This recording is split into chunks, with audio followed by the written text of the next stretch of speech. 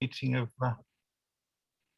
Healthwatch Salford with a recording thing in place that's just come on my screen as well. So got that, yes. So welcome. It might be useful if everybody just introduces themselves. I think we've probably done most of this before, but I can just take people in the turn that they're on my screen, and if they could just introduce themselves, and then we make sure everybody knows everybody else if they've not quite met before. So starting with you, Elise. Hey everybody, my name's Elise. I'm the Knowledge and Support Officer here at Healthwatch Salford, and I'll be taking minutes today. My name's Phil Morgan. I'm the Chair of Healthwatch Salford. And then Alex. Morning everyone, I'm Alex Leach. I'm the Chief Officer here at Healthwatch Salford. Holly. Hi everyone, I'm Holly Mansoor. I'm the Engagement Officer at Healthwatch Salford, working on the Living Well programme. Thank you. Scarlett. Hi everyone, I'm Scarlett. I'm the Volunteer and Involvement Officer at Healthwatch Salford. Thank you. Jay. Hi everyone, my name is Jay Ahmed. I'm a trustee at Healthwatch Salford. Nisa. Hello, I'm Nisa Khan. I'm also a trustee here at Healthwatch Salford, a newer trustee. And I think this is your first full meeting, isn't it, Nisa? Yeah. Well, particularly warm welcome to you today. Thank you. And then Sam with the pineapple. Always with the pineapple. Hi everyone, I'm Sam Cook. I'm a trustee board member of Healthwatch Salford. Morning everyone. Morning. Jack. No, you're on silent. Morning everyone, my name's Jacquie Booth. I'm a trustee in Healthwatch. Then Jackie. Yeah, good morning everybody. My name's Jackie Lee. I'm a Professor of Nurse Education Practice at the University of Salford and Deputy Chair of Healthwatch Salford. And last but certainly not least, Mark. Morning everyone, I'm Mark, Engagement Officer for Healthwatch Salford. Okay, thank you all very much for today. We have a couple of apologies for today. Rimpi's given her apologies. She has read through the papers and there's a couple of comments I'll share with you during the course of the meeting. And Kate has also given apologies. She's still struggling with problems with her back at the moment, I'm afraid, and did email me yesterday saying she would try and make it if she was pain-free. So unfortunately, I don't think she is, and that's why she's not here today. So I said I would give her apologies. Do we have any updates of declarations of interest? Lisa, please. Yes, so I've become a fitness to practice committee member for the Nursing and Midwifery Council. So I thought it's worth declaring if there's any possible conflict. Yeah, thank you very much. And although I've not been sworn in yet, I've been appointed as a parish councillor for Newton with Clifton Parish Council. So I've been kind of voted in by them for a vacancy, but I need to sign some forms which won't get signed till the beginning of October. But I think it's appropriate that I mention it at this point as well. Do we have any questions from members of the public? No, we don't this time, no. One of Rimpi's gentle challenges was, are we doing enough to make members of the public or our own members aware of the opportunity to ask us questions at these meetings? So I just wondered what we do in terms of promoting this opportunity. It's promoted on our social media and on our monthly, bi-monthly e-bulletins. But if anybody's got any other suggestions of how else we could promote it, then let me know and I'll do that. Okay, thank you very much for that. Our next meeting is the AGM, and that's also an opportunity for members in particular to ask questions, and they undoubtedly will do. And we can remind them of the opportunity then as well. Bill, I think one of the challenges with our online meetings is obviously in a place where we would be in a room and public would be able to come along to those meetings and ask questions on the day. I think you get much more of an interaction through that source and from previous work that I've done. So I think that is one of the key issues in that sense. But obviously we continue to push it as much as we can through our virtual means. Okay, good. Have the minutes of the last meeting, everybody content with the minutes? Somebody say yes. Thank you.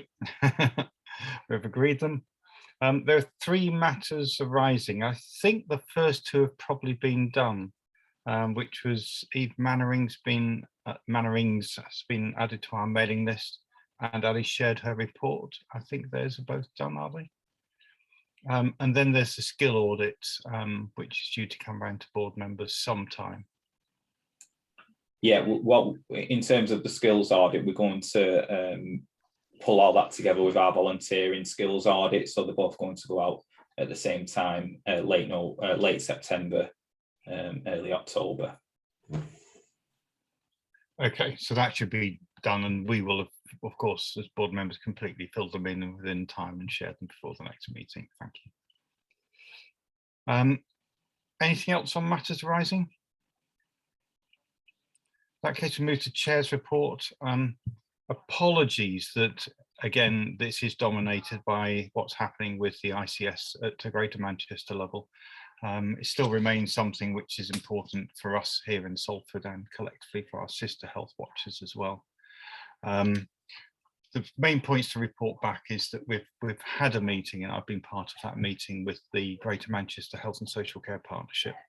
I think for the first time there's been an overt recognition that in taking on new roles as an ICS level, us, the collective health watchers in Greater Manchester, will need some kind of funding to support that. We haven't got even close to talking about how big that funding is and what that role is yet. But that recognition, I think, is really welcome. We've also been discussing how the quality assurance framework, which has been introduced by Healthwatch England for health watchers to improve their governance, and which we have so far succeeded in meeting, apart from a couple of points which are picked up in Alex's report. That's going to probably be amended at a local health watch level to include participation, not just at an ICS level, but also the other levels, across local authority boundary level, local authority boundary level, and at a neighbourhood level. We've also had the beginning of conversations with Delane Lawson, our previous chief officer, about what that might look like at a ICS level for the Greater Manchester Health Watchers. It's probably fair to say that this is early discussions, and we are probably close to being in the vanguard of the thinking about what this might look like, but we are some way away from actually reaching anything that resembles a final answer on it. We've got a meeting at the end of this month with the Greater Manchester Health Watchers to begin the discussion about what our governance is going to look like going forward. Again, I don't think that's going to come up with any final solutions, but will be an important step on the way to doing so. There's still some sensitivities. I think we all as individual health watchers value our independence and our sovereignty, and finding ways to reach agreement between 10 sovereign organisations may still be tasking for us. And how well we do that, I think, is going to be one of the more subtle and important parts of making all of this work. I'm really pleased, just before I've sent off my chair's report, that Alex had shared with me the NHS England guidance on ICSs, which includes some points about health watchers. And again, I've included that in my report as well. Otherwise, there's a series of meetings, and Alex and I continue to hold our regular catch-ups with each other. Questions welcome, please.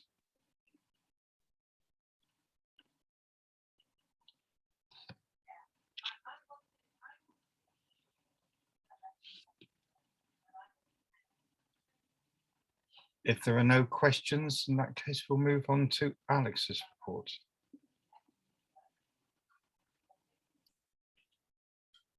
Thanks, Phil. So I'm going to take this report in a number of sections.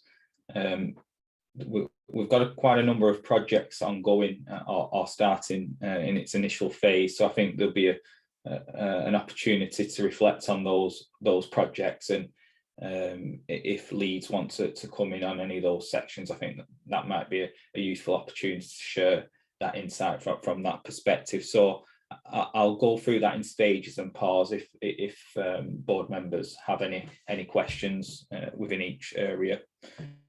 So the first part, the operational update. So I thought it'd be useful to give members a quick update in terms of our quality assurance framework and the actions coming from that framework. The updated paper will be coming to our next board meeting for your assurance, but in terms of progression, the one area was setting up a workshop both at a strategic and an operational level regarding the theory of change. So that's going to be led by Healthwatch England. So we've got John Turner who'll be supporting that exercise with us, and that's looking at our longer term impacts as an organisation, both through our operational and strategic work. So that'll help us with our thinking and our priority planning for the upcoming years and the years ahead. So that's an important piece of work that we'll be focusing, which has come through our QAF plan. We've also, as part of that plan, there was an action to look at our income generation strategy. Now, this is something that's sitting with our financial committee, and we're developing that strategy. We're hoping to get a finalised version at our next board meeting, but plans are in place to develop that, and ongoing conversations about what that looks like for our organisations. Our organisation is currently taking place. And then just from an EDI perspective, I thought it'd be useful just to provide an update in that specific area. So we obviously aligned to our equality and diversity plans. We've got 2 members of our full team supporting some wider pieces of work. So Rimpi's put herself forward in terms of going on an action learning set with Healthwatch England. So we're just awaiting confirmation if Rimpi's been selected for that specific post. And then also Scarlett's working with Healthwatch England as part of the EDI peer network meeting. So we're in really 2 predominant places in terms of our EDI and ensures involvement as an organisation. We're also in the process of developing our EDI action plan. That's for us as part of our internal planning for how we move forward in that. There'll be 5 cohorted areas that we'll be looking at, things like communication, our policy, our forward planning, and obviously our FRIDA work that we work with the National Centre of Diversity on, which we'll hope will work with them in the future, depending on a board decision there. But myself and Scarlett will be working on that action plan. So really glad that we've got Scarlett working with me on that. And obviously we've got that link into Healthwatch England as well. So in terms of those operational updates, I'll just pause there. Is there any specific questions on those areas that board members would like to ask before I move on to the next part? Nisa, please. Yeah, just an idea of the timeline. So are we thinking the action plan will be something that might? So I think you just cut out then a little bit, Nisa. Can you repeat your question, please? Sorry about that. In terms of the time, we know what time we're thinking the action plan to be a few months, longer term. So. I think the question is about the timeline for the action plan. Yeah, so in terms of the EDI action plan, we're hoping to get a draft version of that plan to our next board meeting in November. Following that approval, then it'll be for implementation for the forthcoming year as if. Okay, thanks for that. Any other questions on this part? Just from me, just that it's great that we've got 2 people working at Healthwatch England level, which is brilliant. Yeah, so that's great. I don't seem to have a little hand today, little hand button to put my hand up. I can't see it. As long as you wave sufficiently. I know, I have to just do it. Yeah, I think it's quite hidden, the hand, sometimes on Zoom. And I also struggle with getting things like hands to work on it in the way which other things seem to have much more naturally. Okay, we'll carry on for now. Alex, next part of your report, please. So in terms of projects, and the first project that I'm going to talk about, and these projects are aligned to our business plan, which we agree at board, and we have a RAG index, which comes at our next agenda item, but this is just to give some specific updates of how those projects are moving forward. So the first area that I want to talk about is our dentistry project across Salford. Colleagues may be aware that we've done some wider work with our GM colleagues and recently published a report into certain aspects of care across GM, including areas such as access, treatment, costs, etc. And I'm sure colleagues will have seen that report. This specific piece of work is looking at our Salford issues in regards to 3 specific areas. So that's experiences that patients go through when accessing dentistry, about self-care, and the overall bigger aspect of access. So this piece of work has come about through our priority planning, and we will be pushing forward from this project from Monday actually of this week. So we have gone live on this project and that's now pushing forward. I'm going to pause there and bring Mark in to see if he's got any further scope that he wants to add to that specific area. Thanks, Alex. Excuse me. And just to say that we've had a really good response to start off with, bearing in mind it's only gone out online at the moment. And we've actually had 36 completed responses to the survey. Well, there's been 45 attempts to the survey with some partially completed. So in addition to the 36, there's 4 others that I've had a look through that we can actually use the data from. So it's quite a good return of 40, sort of within 24, 48 hours. I think it's quite good. But we have got a fairly high target to match. And I'm hoping we're going to be able to do similar to what we did a few years ago when we did the Access to GP Appointments project, where we managed to hit a lot of people across Salford. Thanks, Mark.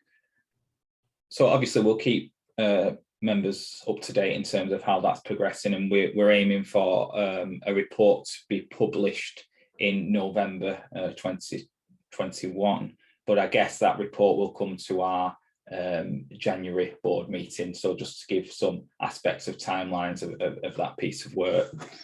So next we move on to our domiciliary care project, and this is specifically around people who use home care services. So we're working quite closely with Salford City Council on this piece of work.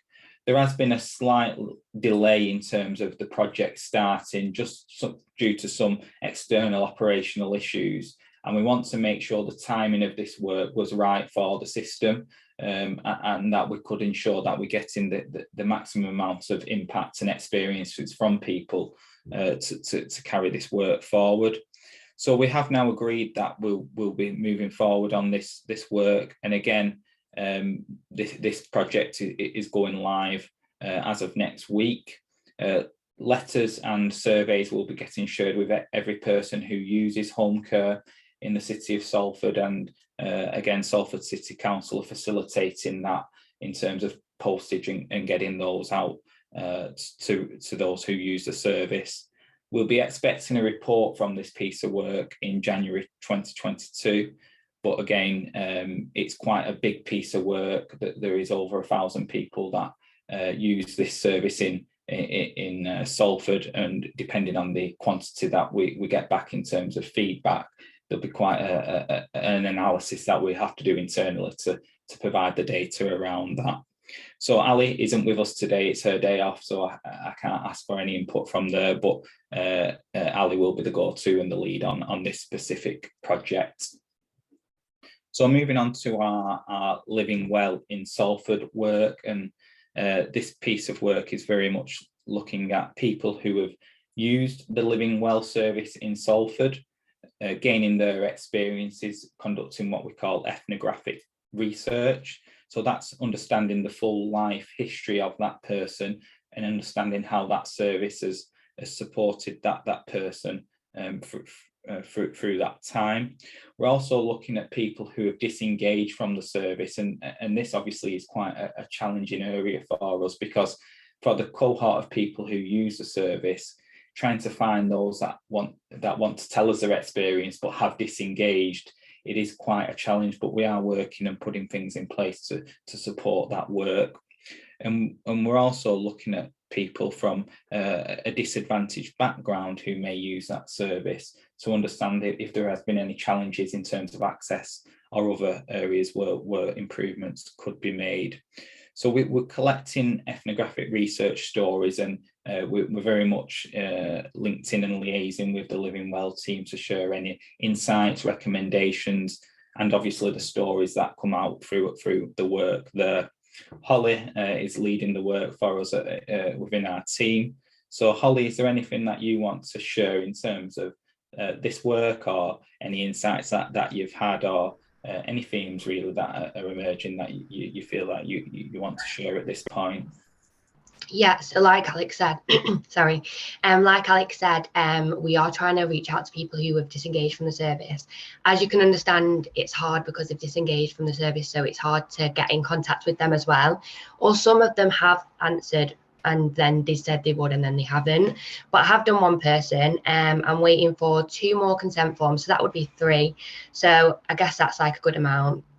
And then also people who are from disadvantaged backgrounds. So I've done 1 individual, and then we are really facing difficulties with that. So we've put it out on our social media. I've given business cards to be given out in start. So just to try and reach out to people who might not see or know about Healthwatch or know about what the work we're trying to do. So that's what we're trying to do at the moment. And then I'll just give a quick overview of the themes. So from doing the stories, the themes are experience with past mental health services. So many have had negative experience with past mental health services and then coming on to Living Well. It's been positive. Past trauma, so many of the individuals have had past negative experiences in their life, because that's what the stories are. We'll understand their background, understand their life and how they got to Living Well. And also another theme is feelings of loneliness and not having anybody to discuss their mental health with other than professionals. Financial difficulties, a lot of them struggle with the finances, and a history of difficult relationships. And then many had positive to say about Living Well, which was really nice and heartwarming to hear. So staff being supportive, like a friend, and they genuinely cared. The service being flexible, bringing a new way of them thinking and building the confidence with reassuring them. And also exiting the service was another theme. So that's the way that they exited. A lot of them wasn't ready. So even though the service was very positive for them, a lot of them wasn't ready to leave. So they are thinking about that at the moment, because I let them know in the MDT meeting last week. And then the possible improvements was having a checkup phone call or text between sessions, just to let them know that someone's there thinking about them. But I think that links with the loneliness part, that they don't have anybody else as well.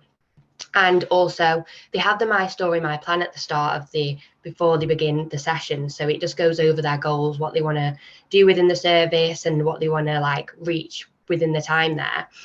And for one person that scared them a bit. So that was just an improvement. But other than that, a lot of the feedback's been positive, which is great.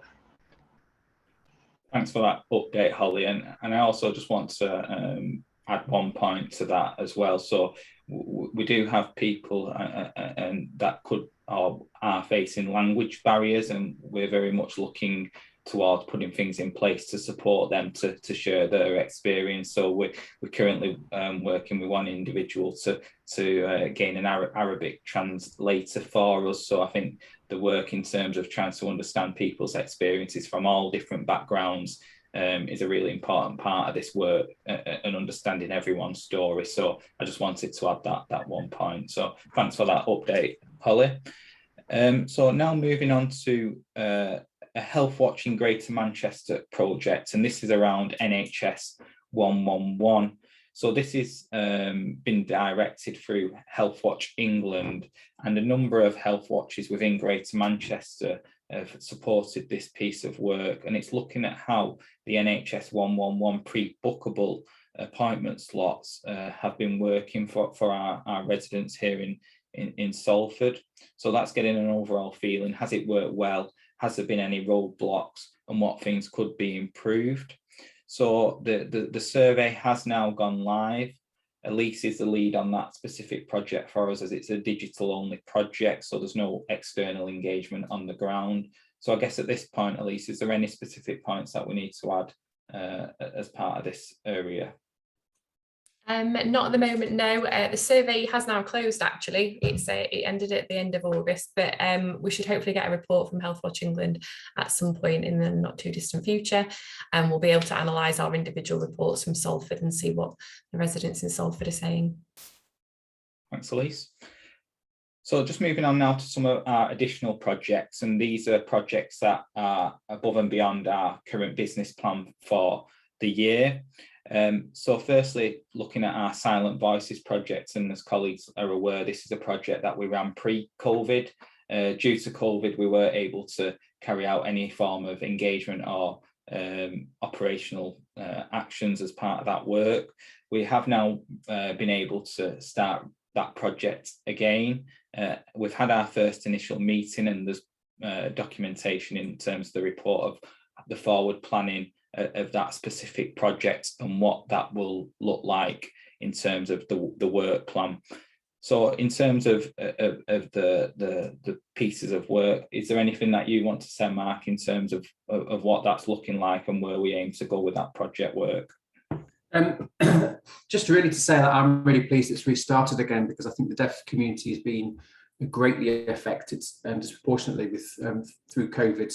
You know, just through not getting messages, etc. And we're hearing stories from our deaf champions who are relaying things that they've heard in the community from their friends and peers.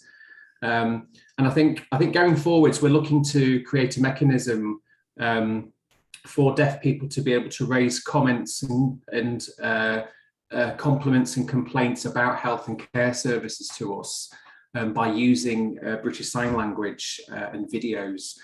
So we're just exploring that with the group at the moment. We're due to meet again next month and go through a bit of the scripting, but I think the details are in your report there, Alex, of what we're doing and where we're going to. Cheers. So moving on to our outreach and events section, and then after this section I'll pause if there's any questions on any of those areas before we go into our volunteering and involvement. We have run our community forum on the 3rd of August, which was very focused on urgent and emergency care. As you can see in the report, we had a number of colleagues who came to the event from the CCG and Salford Primary Care together to give an update of what that urgent emergency care has looked like during the pandemic and the plans going forward in the year ahead. So there was 26 people who attended that event, so it's probably one of our higher community forum events in terms of attendance. There was really positive discussions around that and a number of questions raised. So there will be a report, some notes coming from that meeting. We're just awaiting sign off from our colleagues within the CCG and primary care, just to make sure they're an accurate reflection of that meeting, and we'll share that with the board following that sign off. A really positive meeting there. We will be pushing forward in terms of our next community forum, which is on dental services, so it very much aligns to our project that's going on within Salford at the moment, so very much good timing in terms of that, and hopefully the invite is there for board members to attend that as well. More than welcome to join us. So the next section, and this is just really to give some assurance in terms of our reviewing of face-to-face engagement and outreach. So this is something that we're looking at internally. So we've got a working group set up to really discuss what that looks like for us in Salford. We've agreed that we'll set up 2 sort of pilot events to see how that has looked. So the projects that we've done in terms of that has been the Silent Voices. So the event was carried out in person, a very positive event in person, obviously following all the COVID assessments and our dealing with coronavirus in the workplace policy. So that was a really well done piece of work. And we're also carrying out some engagement in terms of our dentistry project So we'll be evaluating both of those projects, looking at how that works, and then scoping how we move forward into a wider set of engagement activities face to face. So there'll be an opportunity for all the staff team to review that and discuss how best we move forward in terms of face to face. But it has been very positive at this point forward. So I'll pause there in terms of projects and outreach and events, and if colleagues have got any questions on those specific areas.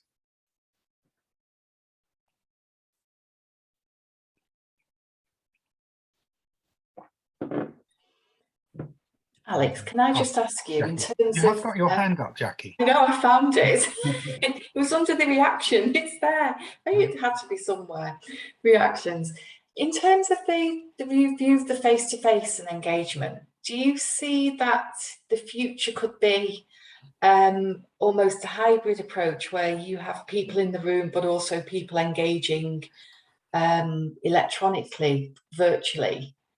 We've started conversations about that and how that would work. I think we've been talking about some of the risk associated with that in terms of people who maybe in the room may engage better than those that are on the screen. So it's not that we won't attempt that. That'll be probably part of our plans, and we'll look to do some form of work around that. But I think we're very open to approaches, and we're trying to sort of map out what is the best approach and trialing different things. And that's why we're doing this piloting work before we say, actually, this is our plan for the year ahead, just to see what works best and what's feasible. And obviously, going into the autumn and winter period, we're unsure what the rates and what activity may be going on in Salford, and we've got to be flexible in terms of how we respond to that. Hence, we don't want to put a formal plan in place to say this is what we want to do face to face.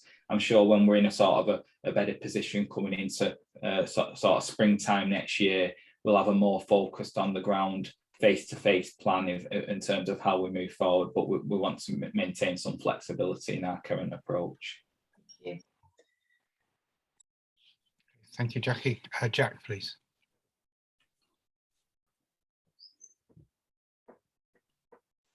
Sorry about that. Yeah, just a question going back to the Living Well Salford one with the language barriers. Is with an Arabic translator, is that going to be a voluntary position, or is it something that you're going to fit into the budget? That specific piece will be budgeted, so we'll be getting someone in to do that piece of work for us. Just from a data protection perspective, we need to ensure that we have all the right agreements in place. So yeah, we'll be doing that from that perspective. Thank you. Okay, thanks, Jack. Anything else on this bit? In that case, carry on, please, Alex. So next we're moving to our volunteering and involvement section. So as you can see in the report, this is a new addition to our report. We've tabled some areas of sort of what we're focusing on.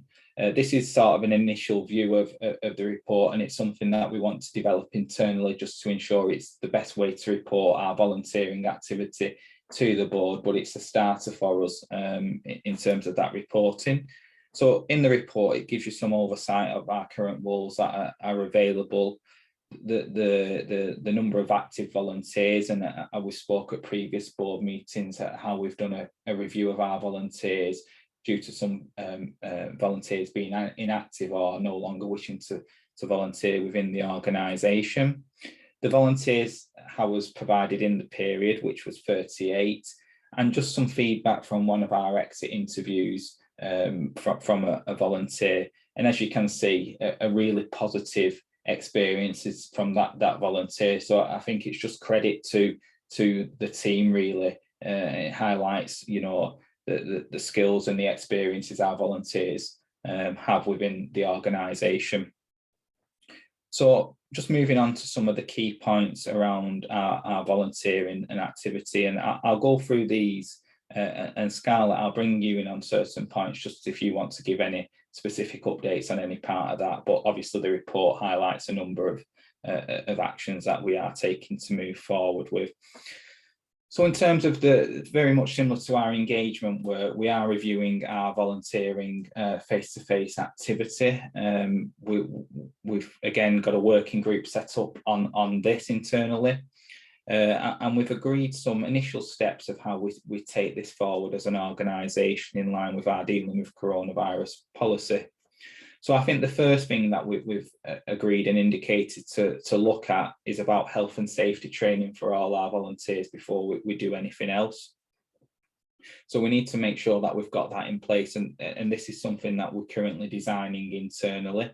So this is a piece of work that we are moving forward with, and we're also in the process consulting with our volunteers about what that looks like for them. So there'll be no changes for any of our volunteers following until we've got the results from that consultation. Once we've carried that out, we'll be then looking to go to our next step, which is looking at individual risk assessments. So that'll be again virtually through Zoom or a phone call, and just understanding of what that looks like for that individual person, and if there's any risks for us in terms of that person. And then we'll following that process, and I guess that'll take a number of weeks or months to go through these individual process. We'll look at options for meeting with volunteers in person, such as one-to-one inductions, etc. But again, we are quite a way off from that point, but I think it's good to build that into our planning of how we move that forward. And then once we've got in terms of that, we'll look at some optional meetups in a social capacity. So as for example, the team do some social gatherings in person now. I think it's obviously an opportunity to see if that would be an activity that volunteers would prefer. So there'll be a number of steps that we are currently looking at, and obviously we'll go through that very carefully. And we'll be consulting with volunteers throughout that process, but that gives us some initial direction in terms of volunteering. There are a number of other health watches who have now got volunteers involved in some of their engagement activity on the ground. So this is something that obviously we're not ready to do, but we're starting putting plans in place if we are agreeing to move forward with that there. Is there anything that you want to touch on that point, Scarlett? I would just add that a few of our volunteers have expressed how much they've enjoyed working remotely and how much that works for them. So I'd definitely say at this point that we still want to continue with that. We've had a couple of new volunteers that have been interested because there's virtual roles that they can do remotely. So that will definitely be continuing. But it's very exciting that we're able to now look at getting volunteers that were acting as community champions back out face to face. So the next area that we'll look at in terms of our involvement work is Speak Up for Salford Fund. And as I noted at our last board meeting, we was relaunching that fund. That fund now has relaunched and available for organisations to bid for. We're currently in the process of engaging with groups to obviously inform that the fund has reopened, and Scarlett has presented at the Vocal Wellbeing Health and Social Care Forum and the Salford Black Leaders Forum in the period, and obviously we're actively sharing all our messages through our communications and social media platforms.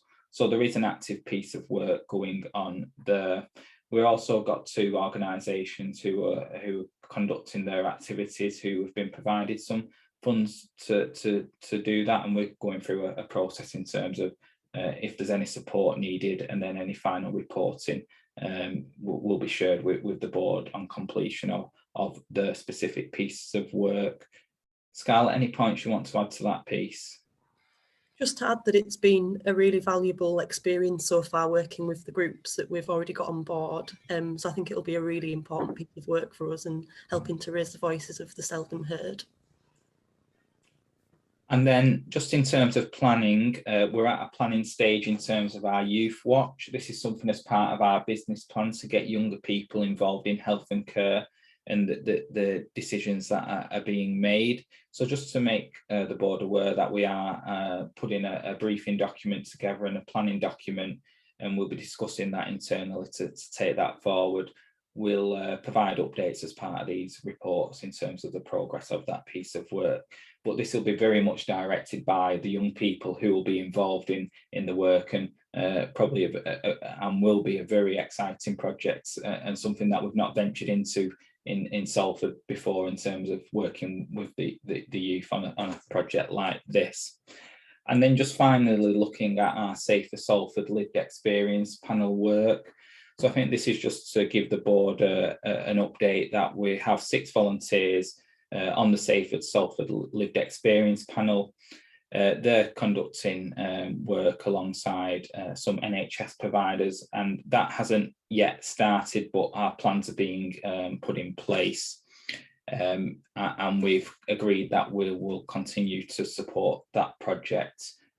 Discussions are being had with Aqua to see how we support that in the near future. So in terms of those 2 areas, Scarlett, do you want to provide anything else, or has that covered it from your perspective? That's everything. Yes, yes, Scarlett. So I'll pause there. Any updates or questions, comments for our volunteering and involvement section?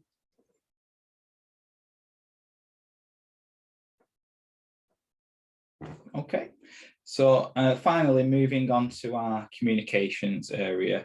We do quite a lot of work in this area to constantly improve our comms, our website, etc.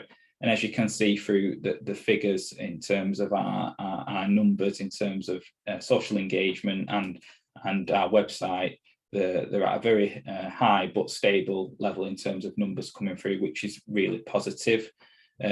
Elisa's also supported some work with Healthwatch England around some of the data capture and what that looks like, and it's great that we've been able to provide our insight into how we share our social media messaging, so local Healthwatch can learn from the work that we're doing internally here at Healthwatch Salford. So that's been a really positive piece of work. And then finally, just moving on to the meeting section. So that gives an overview of the meetings that we've been engaged with over the period of time.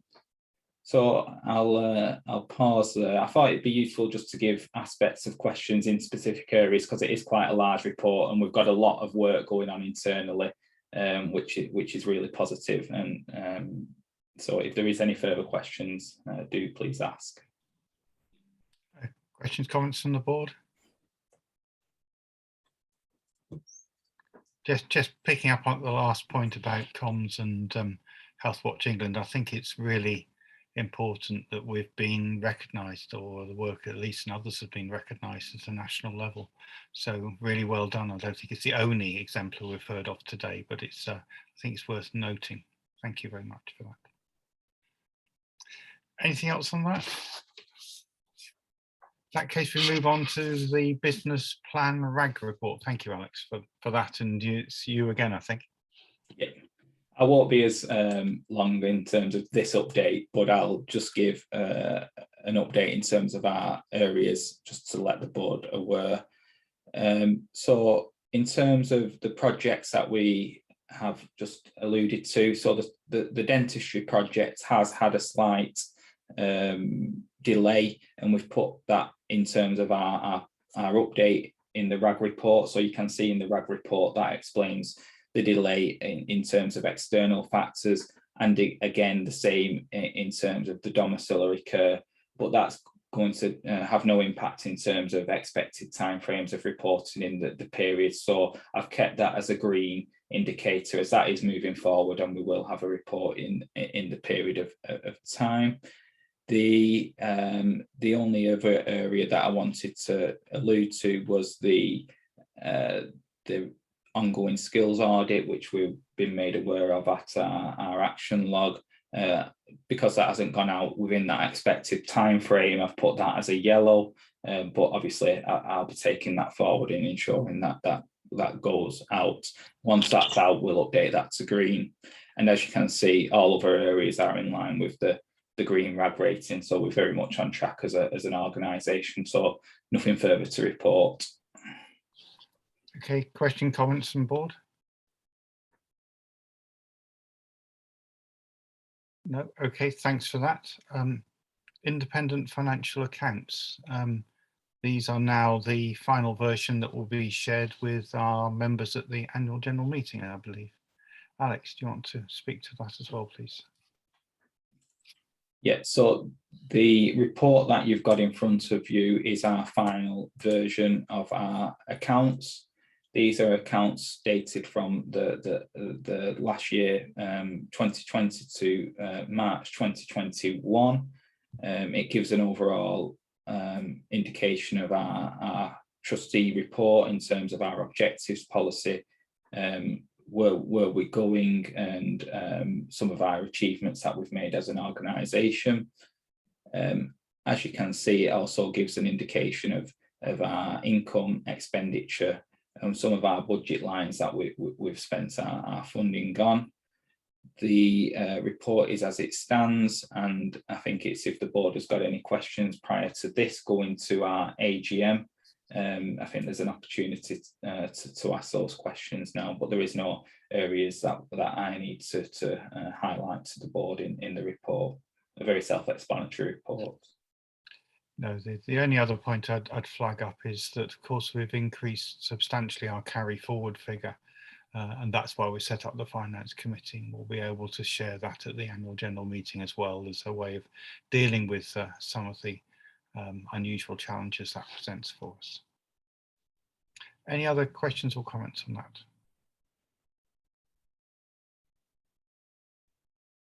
Okay, we have none. It's now representatives' feedback. Jay, I think there may have been, or may about to be, a health and social care scrutiny panel which you've attended or are going to attend. Yes, there was a health and care scrutiny panel. I did attend. Basically, there were two main agenda items for the day, and they were essentially the COVID response and how that's going forward, and getting it right.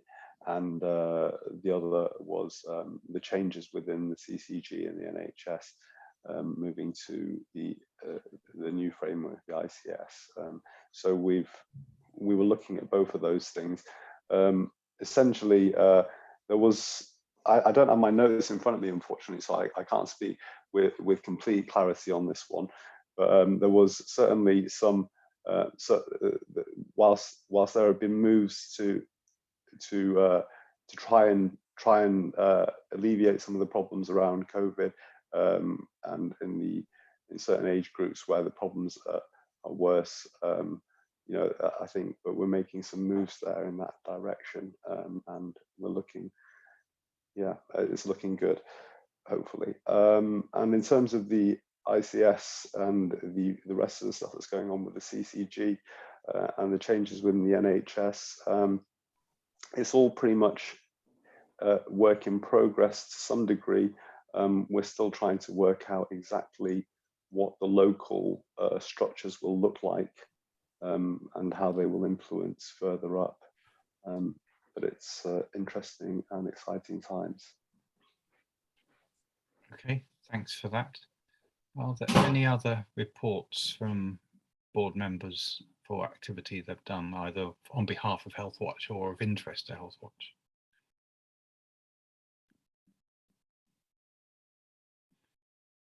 And does anybody want to share some experiences about their link roles? I don't know, because I haven't been part of the link meetings, so I'm not quite sure who's been meeting who and how that's gone. Jay, Okay. and then Jay first, and then Sam. Yeah, we'll pick on everybody eventually. So, hi Jay. Okay, so I've been meeting with Holly with mental health, and also Rimpy has attended one of our meetings as well. It's been fantastic actually working with Holly. I just want to commend Holly first for all the work she's been doing with Living Well, because I know that you know, it's not the easiest job to get to know, but she's done a brilliant job of getting to know it very quickly. And I can only say from all accounts, and people do talk to me, Holly has really shone in her role. So yeah, it's fantastic. Well done, Holly. And in terms of the link role, I think it's going well. I think that there's certainly some links that we've been able to create in the community through this link roll. And I think that's just going to go further and further to that. I think that having Rimpy on board, in addition to support me and support Holly in all of this, is actually really, really good. And having those extra pair of eyes and hands on board really helps. So yeah, I would strongly advise having a vice for anyone who's doing the link roll, if you can find one. Yeah, it's been really useful. Thanks, Jay, for the kind words. I was blushing. But yeah, it's been great. And Rimpy coming along has been really helpful, because when I was facing the roadblock with struggling to find people who face barriers to mental health services, they come along with some really good ideas and made links with some other people. So it's really handy just to have that extra helping hand. So thanks, Jay, and Rimpy as well. Okay, thank you both for that. And Rimpy also gave some positive feedback as well. Sam? Yeah, I've been linking in with Ali more, obviously, because of my day job is more geared towards domiciliary care, support at home, health and social care elements. So we had an introductory meeting, so we had a little bit of chat about each other and our background. Ali ran through the equipment report, the piece of work that she'd done, which was really interesting. I know she's been working on the domiciliary survey, so it was interesting to hear that touched on earlier. When she was pulling that together, she contacted me to get a little bit of feedback on a few things.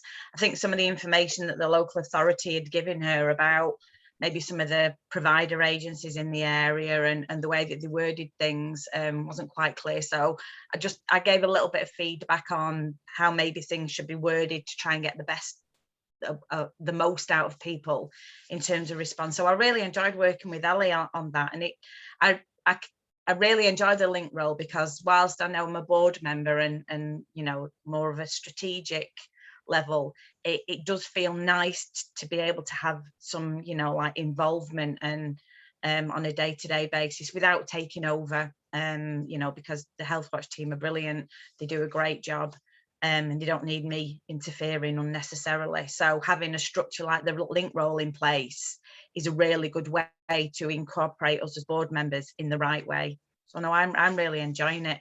Got our next meeting booked towards the end of this month. So yeah, carrying on.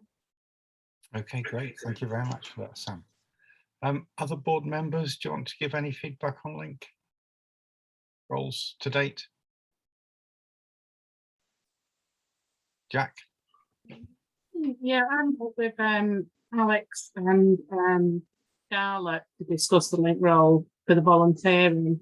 We had a really good discussion, and Alex and Scarlett really went into quite a lot. I've got a meeting with Scarlett in October. I'm really looking forward to seeing a way forward now I can contribute. A bit like what Sam says, it's nice to have that little bit of practical help within Healthwatch Salford, instead of just the strategic side. So I'm really looking forward to whatever Scarlett's got to throw at me and help as much as I can. Thanks very much for that, Jack. Other board members want to say anything? We've been quiet and shy. Lisa?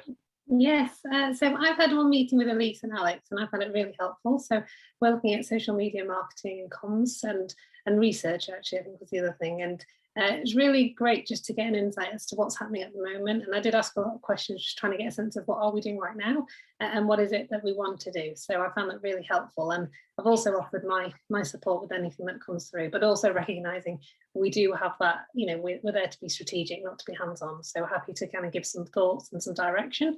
And then we were planning to have a follow-up meeting, I think in the next month or two. I think it was to do with timing dates, but we're going to have something scheduled in soon. But so far, I've really enjoyed it and looking forward to do more within that role. Okay, that's great. Thank you very much, Lisa. Jackie? Yeah, it was more of a question, really. I'm just thinking, is Healthwatch Salford linking in with RHS Bridgewater at all? We haven't linked in with them as of yet, but we have discussed about how we do that, because obviously the vast amounts of work that they're doing at the moment. I think it would be an opportunity missed. So I think that's something that we will take forward. But Mark, you've got your hand up. Yes, Jackie, we did some engagement work with the volunteers at RHS Bridgewater about 2 years ago before it opened. And one of our colleagues from Salford CVS left her post to become events and engagement at RHS Bridgewater. So I've kept in touch with her. But obviously, you know, I'll feed back to our team when there's obviously some engagement opportunities to take up. Okay, thank you. Thanks for that. And anything else from anybody at this point? We're probably now straying into any other business. Does anybody have any other business? Alex? It was just a quick one from me. So in terms of our next board meeting, we've had interest from a CQC inspector to come and talk to us about the work within primary care, and also the work that they do with Healthwatch in terms of our shared intelligence. So I think it's just for the board to agree if they're happy for that to move forward in terms of our next meeting. I think that see lots of nods and thumbs up, and I'm sure we'll get happy faces in a minute as well. Yeah, I think that'd be really welcome. I think it'd be really helpful for them to come along and speak, and as we've been streamed live and recorded, then other people perhaps get a chance to find out a bit more about what they do as well. That'd be really good. Thank you for that. Any other business? In that case, our next meeting as a board is on the 17th of November, but to note that the AGM is on the 2nd of November as well. So we will see each other there as well as on the 17th. If that's okay, this part of the meeting is closed. We will resume for the confidential meeting at 11:05. Thank you all very much.